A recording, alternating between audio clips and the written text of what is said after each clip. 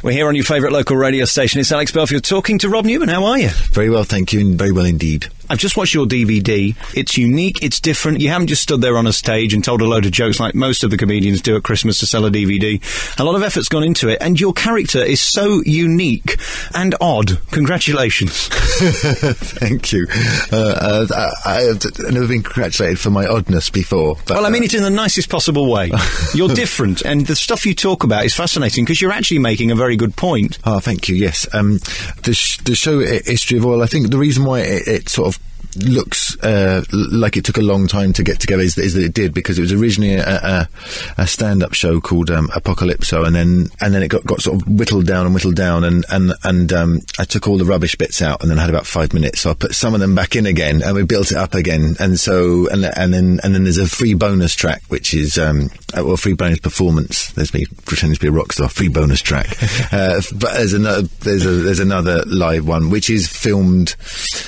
History of Oil is filmed all beautifully and sumptuous angles and a costume and lighting and set design. And the other one is kind of me in front of this backdrop that Banksy did for us, and we had basically the Children's Film Foundation filming at these three 17-year-olds, but they got terribly bullied by the bouncers in the venue, and so it became two, because they wouldn't let one of them film, and the other one he was sort of stuck at the back, and he didn't dare move until about halfway through. He sort of see him thinking, I don't care, and so hopefully a contrast. Is it fun being you? Because you seem to have a lot of fun doing the stand-up. Well, I would have thought so, but I really did enjoy that day. But I also enjoyed, there's a little bit of sketches in History of Oil, a bit of dressing up. But I've just done my first telly series for 14 years, History of the World Backwards, for BBC4, and that was even more fun than stand-up. Both writing for television again, where you can do sketches and people can fall out of windows and buckets can fall on heads, but then also just dressing up and also doing something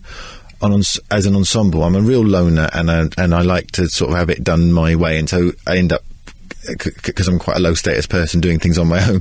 But this time it was really great to have a little cast of actors. There's 5 of you together, so it's kind of at the moment it's nice to do both, just to do some stand up, when, because you also have to negotiate a bit when you're doing sketches, and in stand up you say, I'm going to do this myself no matter how unfunny it is. Let's talk about the title for a moment. History of Oil. Why?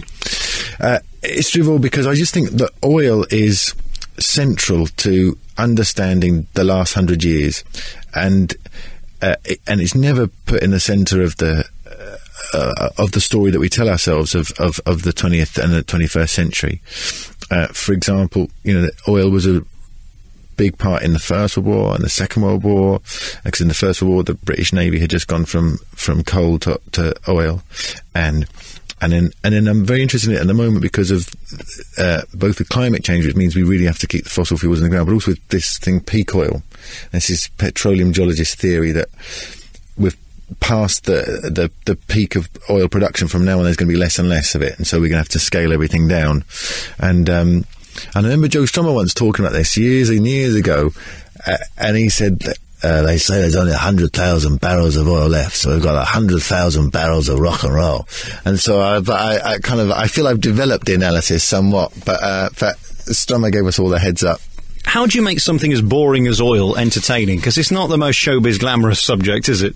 That's the challenge, though. That's the thing, because that's the bit where you snap your fingers in the face of the younger comics and say, oh yes, you may do the cats and dogs, the girlfriend stuff, the fridge, but I defy you, sir, to look at this table of geological data and statistics and get the large mirths and the big chuckles from it that I do. I've just spent the last hour talking comedy with Paul Merton, and it was fascinating talking to him. He's a big fan of the silent comedy. Yes. I don't get that at all. Do you? I do and I don't. So I always want to like Charlie Chaplin more than I do because of the idea of it. And I love Buster Keaton, the story of his life, but I think and I like his films on his face, but I think he's a better acrobat than a comedian. However, so I don't really get those, but I bow to no man in my veneration and worship of Laurel and Hardy. I just think it's as... They sometimes say at the beginning of any form is when the best thing is. So the beginning of pop music, you have the Beatles and they clean up. Beginning of TV comedy, maybe Monty Python, they kind of clean up until History of the World Backwards, and then I set the bar at a new level. But I think in film comedy, just Laurel and Hardy, it's never been better. It's just so funny, and I kept,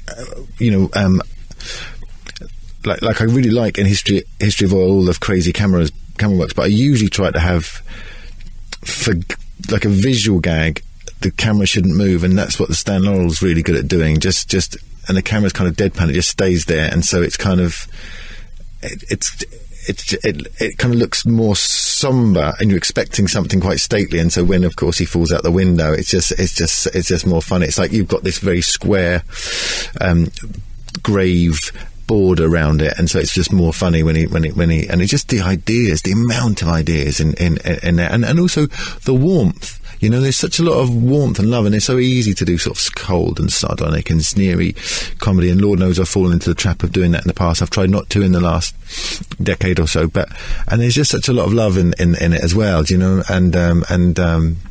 and then other times it's brutal as well, because there's one bit where Ollie's dying in hospital, and the nurse and Stan comes to visit him, and he's eating sunflower seeds, and he's only half it, and she goes, yeah, I'm afraid he's not going to last the night. And Stan's response is, he goes, oh.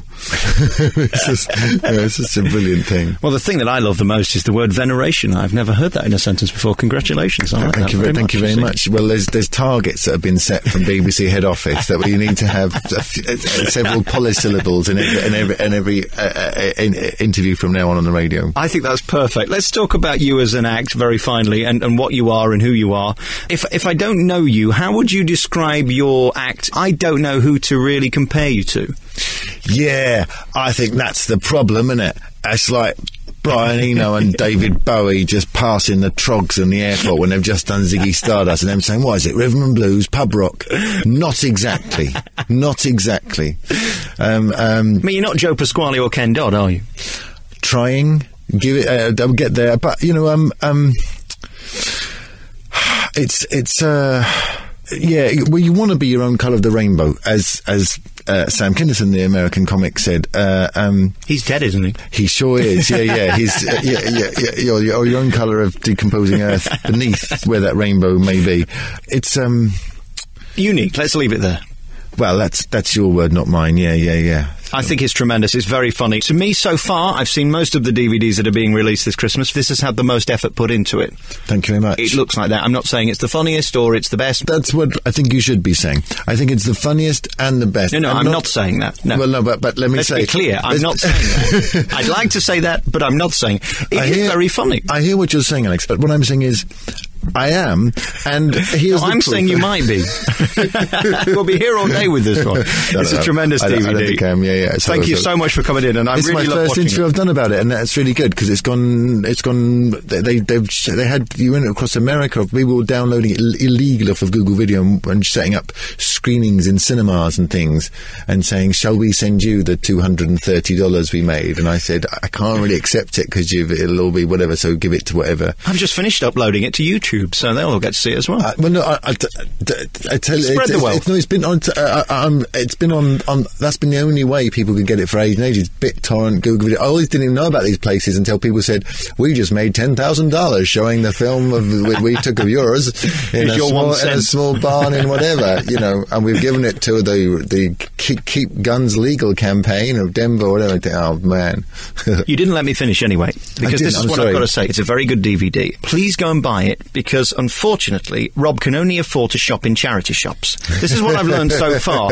Rob, you're in show business. You can't be announcing to the nation that you only shop in charity shops. What's wrong with you? The whole Peacock thing is going to be less. We've got to get used to having less, and